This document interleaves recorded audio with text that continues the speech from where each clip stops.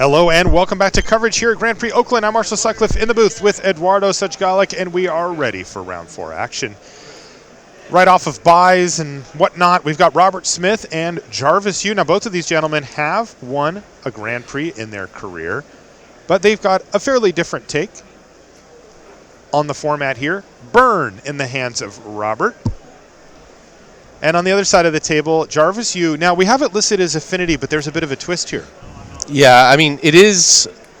Jarvis Yu has been streaming this deck. It is the most lean version of Affinity you can find. A lot more cheap spells. The reason for that, free copies of Experimental Frenzy in the main deck. I love that. Yeah. Boy. And I'm assuming this deck can just completely go off from that point. I haven't actually seen it go yet, but... Yeah, I mean... They could just go like spell. I mean, they don't play very many lands. Yeah, I mean... Not many lands, a lot of cheap spells. Right. I think Experimental Frenzy is this, the card's been printed very recently. It's just going to take some time for us to really see the impact of that card. But it's probably going to have an impact going forward. I remember it in Atlanta. I saw it dominate from as a cyber card from a Mardu Pyromancer deck. Chaining a bunch of cheap mana spells with this was really good. And I think we're going to see this card a little more in the Eternal format. It's not just Modern. I think in Legacy you get it with Lion's Eye Diamond, by the way. Somebody wants to brew that deck up. Who needs a hand anyway? Exactly. I like it. Yeah. All right, so early stages here, Robert Smith had suspended a Rift Bolt. He decided to fire it off on the only creature that Jarvis Yu had played. That passed. And on the other side of the battlefield, though, Robert, beautiful here. He's got the Eidolon, and boy, I mean, does every single card in Jarvis's deck outside of Experimental Frenzy trigger it? Yeah, Ouch! Eidolon is not that great in a matchup like this, but it gets a lot better when you're on the play and your opponent's forced to play cards after it. Right. I mean, Signal Pest was the only play, and now it's 2. He goes for Ornithopter plus the Arcbound Ravager, and Jarvis just says, well, I have to play into the thing. Yeah, and he needs a board state to win this game, so he's going to have to just play it. But boom, 4 free damage there for Robert Smith, and Jarvis is at 16. He hasn't even attacked or sent a burn spell at him yet. Right. By the way, aiming the burn spell at the creature here, the board presence can be really important for a deck like Affinity. Here, I think Robert can attack, since from Jarvis's position, I mean, there is a line to sacrifice 2 artifacts to the Arcbound Ravager, but a single Lightning Bolt or creature removal spell on the Ravager would essentially be the end. There's a Lightning Bolt, Robert says, and I will trigger my own Eidolon of the Great Revel. Down goes the Ornithopter. It's going to get sacrificed in response, and there's a second Lightning Bolt here. I mean, that does the job. And that's going to do it. That's going to take care of the entire board here for Jarvis Yu. Now, Robert did take a healthy beating as a result of that as well. He's down to 10 himself, but with no board state to speak of, Jarvis just is forced to start playing stuff into this, and his life total is going to plummet. Yeah. Well, yeah. I mean, it's fast enough that he should take the 2 damage here.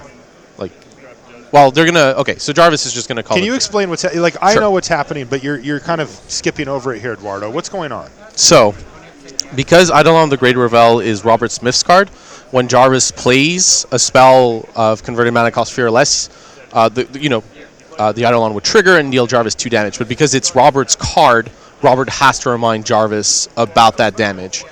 So normally when they play the card, you have to say this works. Now, it depends what happened here. I'm not going to speculate too much, but essentially if Robert says that's fine or that resolves or something to the ilk of this spell goes through, then the trigger normally is missed. But generally you have to tell your opponent as they're casting the spell.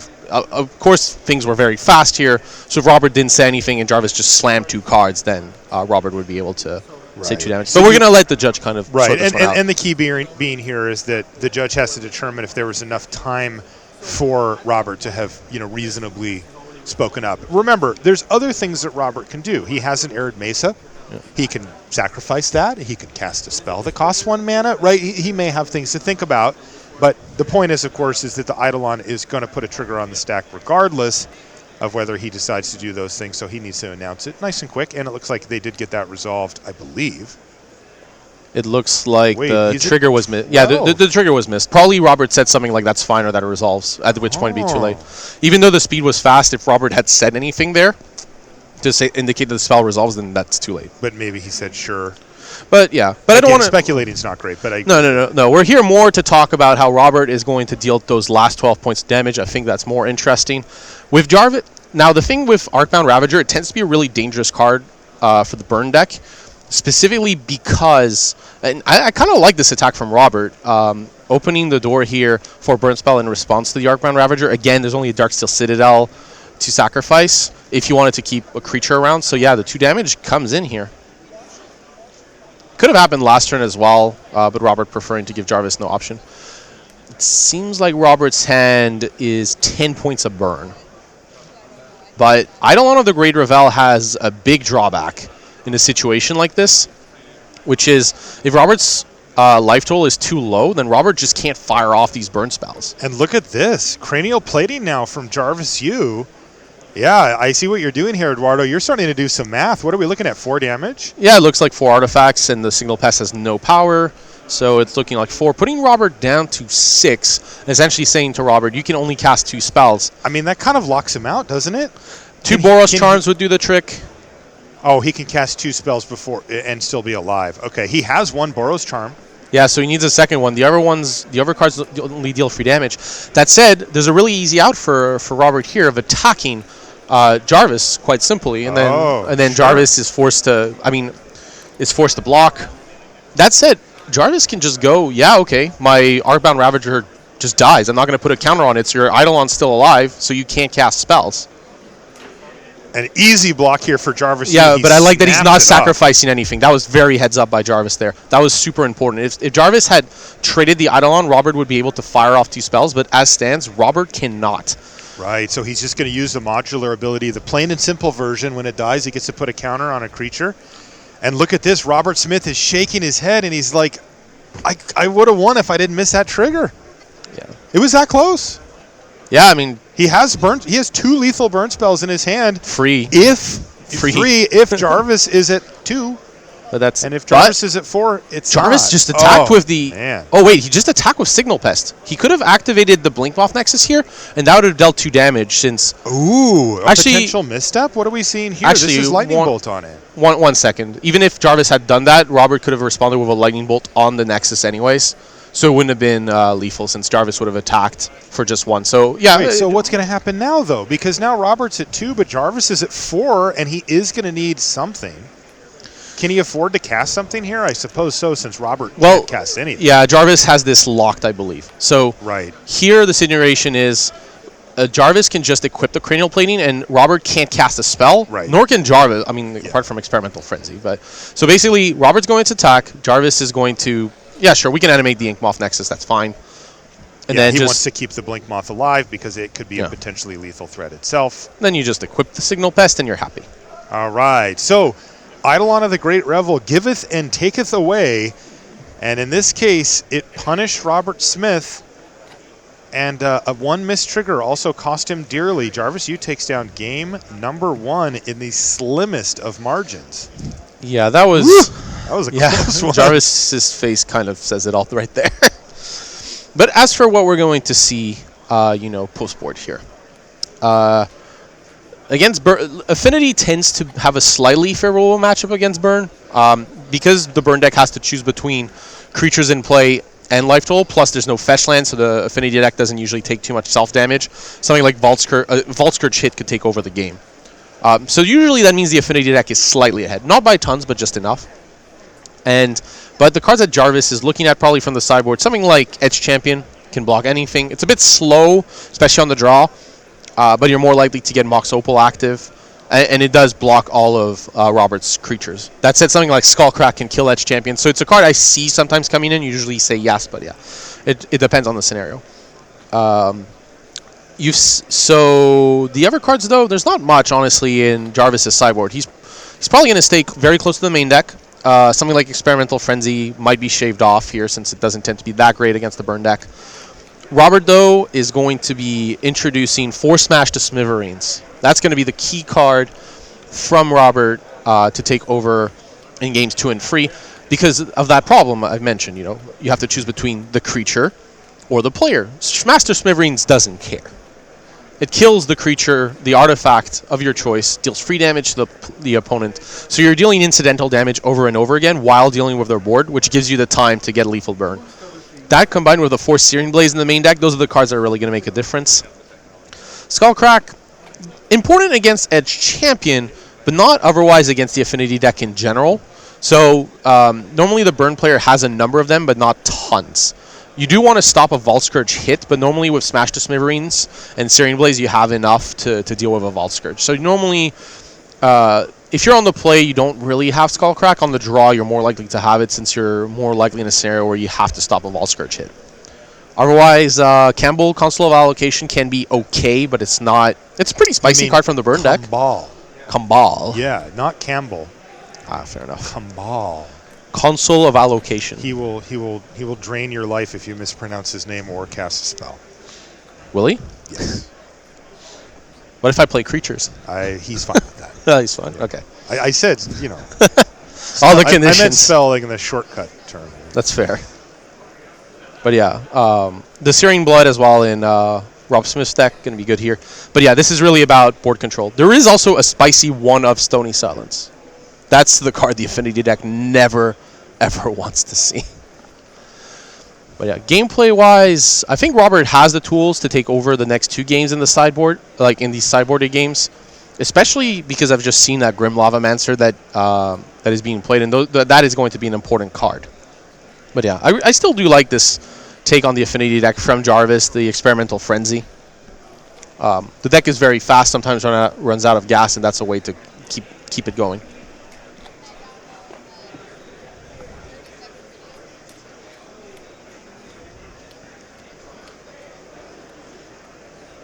Jarvis is running some numbers in his head real quick before finishing the shuffle. You mentioned Jarvis had been streaming this deck. He's got a nice little stream going over there. Yeah, he didn't have the best 2018 Magic results wise, so he wanted to refocus and try to give it an honest shot. Building the stream and trying to requalify to the Mythic Championships, and because he's a very good player, it's just didn't get the results last year, and he's hoping to change that into the coming year. And he's starting that by already having a stream and trying to build an audience. But yeah, Rob.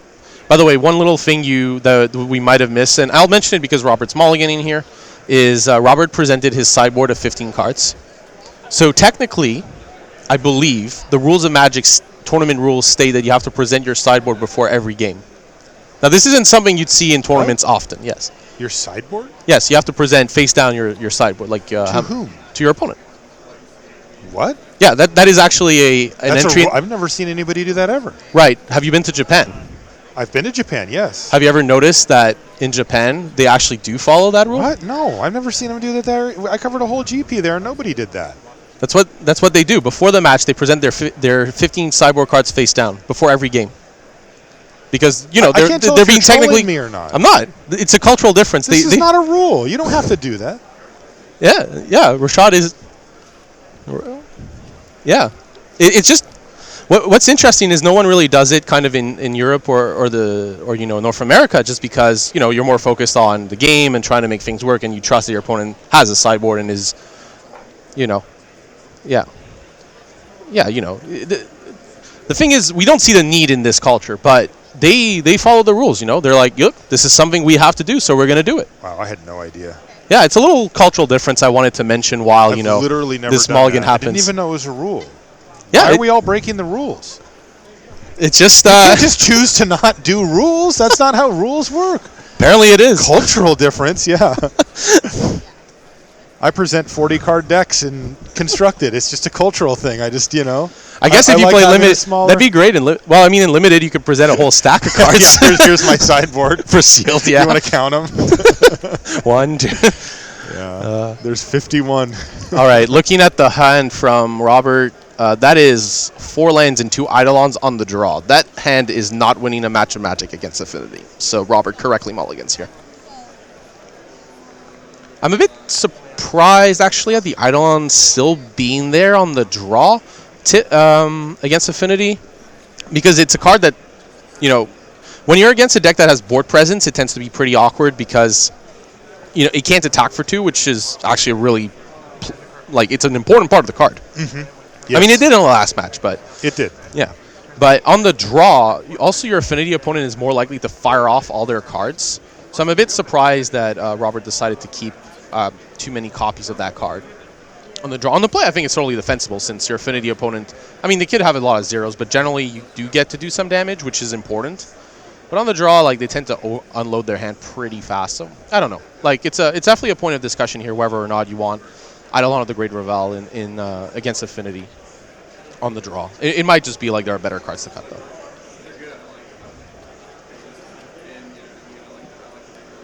Well, tough one here for Robert. Has he found a keeper? He has. He's got to be beating himself up about that mistake. Oh, my apologies. Robert is on the play. Robert is totally correct to have Eidolons of the Great Revel. Okay. That was my bad for people listening. But yeah, Eidolon will probably not see in game 3, but it's very good in this scenario because Jarvis can only unload so many cards. So the math changes completely here. But yeah, Jarvis, yeah, keeping a 7 against a 5-card hand. That Goblin Guide is going to have to do a lot of work. That's how the burn deck wins. Is yeah, that's the problem, right? Is that people often simplify the burn deck down to looking at your hand and somehow resolving like about 7 spells to get the 20 plus damage in. But in this case, that's certainly not going to get the job done, as Robert just won't have access to that level of resources against the clock he's going to be facing. So it comes down to repeat damage sources like Goblin Guide, and that is a tough sell, right? That's just a lot of damage that thing has to get in a very short period of time. Yeah, essentially the burn deck, it's the way you know what the burn deck's good matchups are the creatures, how likely are the creatures to deal damage? If the answers vary, then the matchup's good for burn. If the answer is not really, then the matchup tends to be bad for burn. Which is why affinity tends to be favored, is because they can develop a board and deal with the creatures. Obviously though, Goblin Guide on the play remains a 2/2 with haste. It's very, like, an excellent rate. And yeah, but it's going to have to go far. That Goblin Guide has to do a lot of work. Jarvis having that, even the Mox Opal for a Galvanic Blast in hand. So Jarvis here could get rid of the Eidolon, or could choose to let the Eidolon. Yeah, I think getting rid of the Goblin Guide is probably better here. You have access to Vault Scourge. And the Eidolon is a symmetrical effect. So with Vault Scourge, that pulls Jarvis ahead on that effect, since both players have to cast spells. Especially with Jarvis being ahead on board. Now he's got a Signal Pest as well to start piling in a little more damage. Ooh, double Signal Pest actually. But he'll get that back pretty quickly, assuming that the Vault Scourge stays alive. Yeah, I mean, it's a tall order, right? Because Robert still has cards in hand, and there are going to be a lot of burn spells, or most of them kill it. Yeah, a lot of cards kill Vault Scourge, but Robert mulligan. If Robert just doesn't have one of those cards, then I mean, Jarvis is going to attack with 3 points of life-linking damage, and that's going to be a really big deal in this scenario. And he gets in with his other creatures too. I'm curious to see if he would attack with the Memnite. Does he want to give Robert the opportunity to get rid of the Eidolon, or is it actually just better for Jarvis to keep it on the board at this point? I think just asking that question's enough. Right. It shows how bad things have gotten for Robert Smith, where Jarvis could actually consider saying, you know what, I think I'm going to let you have the card that you cast, because it helps me more than it helps you. Yeah, exactly. And I mean, yeah, Eidolon is, I mean, it's attacking in this scenario. I think Robert has another one in hand. No, wait, no, there's a bunch of creatures in hand, so this attack makes sense.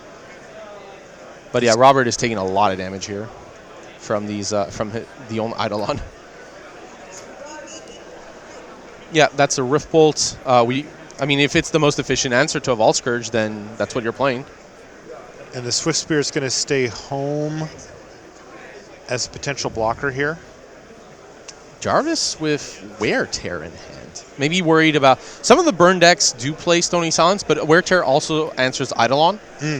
So there is merit to the card, but probably one at most. You do want, I mean, if there's Stony Silence, you do want to answer it, though. That's very critical. Wow, even with the poison, let's go. Oh, yeah. No chill for Jarvis Yu. He's going to get in with the entire team, all available attackers. So this Robert is going to 5 go damage. for the block here. Yeah, so this is 5 damage from the unblocked creatures and free poison. counters. Yep, that looks right. And then a trade on the ground. The gaining free life, though, being the key for Jarvis, because here Robert is going to have to fire off that Rift Bolt. That's going to be 2 damage to Robert. It's going to kill the Vault Scourge, which is going to be important. But so far, Jarvis is winning this damage race. That lifelink being really key. Rift Bolt on the stack, but it looks like Jarvis is like, well, maybe I'll do something, but there wasn't anything. So that resolves. Robert goes to his draw step. He's down to just the Eidolon of the Great Revel.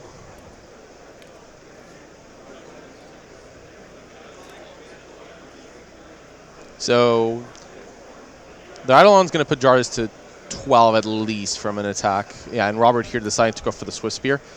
It kind of makes sense here. Robert does need to put more damage on the board. And, yeah, has to deal with the Signal Pest. The poison counters would have been a problem at this rate. But now if... Oh. Hello. Ooh. Spell Pierce. Spell Pierce for Jarvis U. A spicy one, and it works.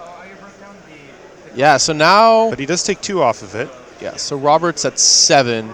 Jarvis going to 12, and then 4 damage from these, putting Jarvis to 8. This is going to be really close. Actually, is Robert at 5? We do have him at 5. Oh, yeah, right. So there was the Monastery Swift Spear as well.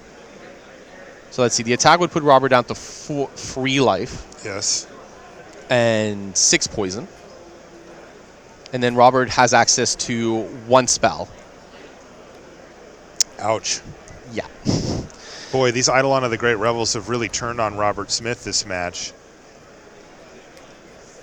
Yeah, it definitely makes sense on the plate to have it. It's just in these board-centric matchups, it can easily backfire. Oh, but look at this. Jarvis U is going to get him out of jail here. Yeah. He's going to use Terror to kill it. And he's going to get in for 2 points of damage and then cast his Ornithopter. Looks like he decided against the Ink Moth this time. The Ink Moth would likely just block the Swift Spear. Okay. So here, if one of the Signal Pests were killed, Jarvis's clock would go down to 1 per turn. Yep. Yeah, he'd have a grand total of 0 power, which he actually has right now, but when attacking, it'd be a little more. I mean, if Robert has Smash the Smithereens and then another burn spell, that would do it. Wow, that would be an incredible win if Robert's able to pull it out. But this attack kind of Yeah. indicates that this kind of is it. Yeah. Since this is lethal damage. And that's going to do it. So Jarvis U with 2 quick games over Robert Smith. Robert keeps looking up at the sky. He looks frustrated. His deck kind of abandoned him in game number 2, and he had a small misstep in game number 1 that ended up costing him the game. Yeah. So that's a tough loss to take. That is really tough. Yeah, like it's brutal. The thing is, tournaments are very difficult, right? Because there's a lot of games that come down to the wire, and the difference between winning, there's games like you couldn't do anything, right? And that's it. Right. But the games where you could do something, those I find are always the ones that hurt me the most, and I know hurt a lot of players. Right, because you think about them, and the most important part I think here is kind of having to wash away from that, like what the mistake was, understand it, and move on. And I think that's important in a tournament. Just put it behind you, move on. I mean, it's an underrated tournament skill to be able to do that, right? Yeah. I mean, those things are very frustrating, and then happening on a camera, it magnifies it a little more, too. Okay, we're going to take a short commercial break. When we come back, though, we'll have Time Walk Magic here from Oakland. Don't go anywhere.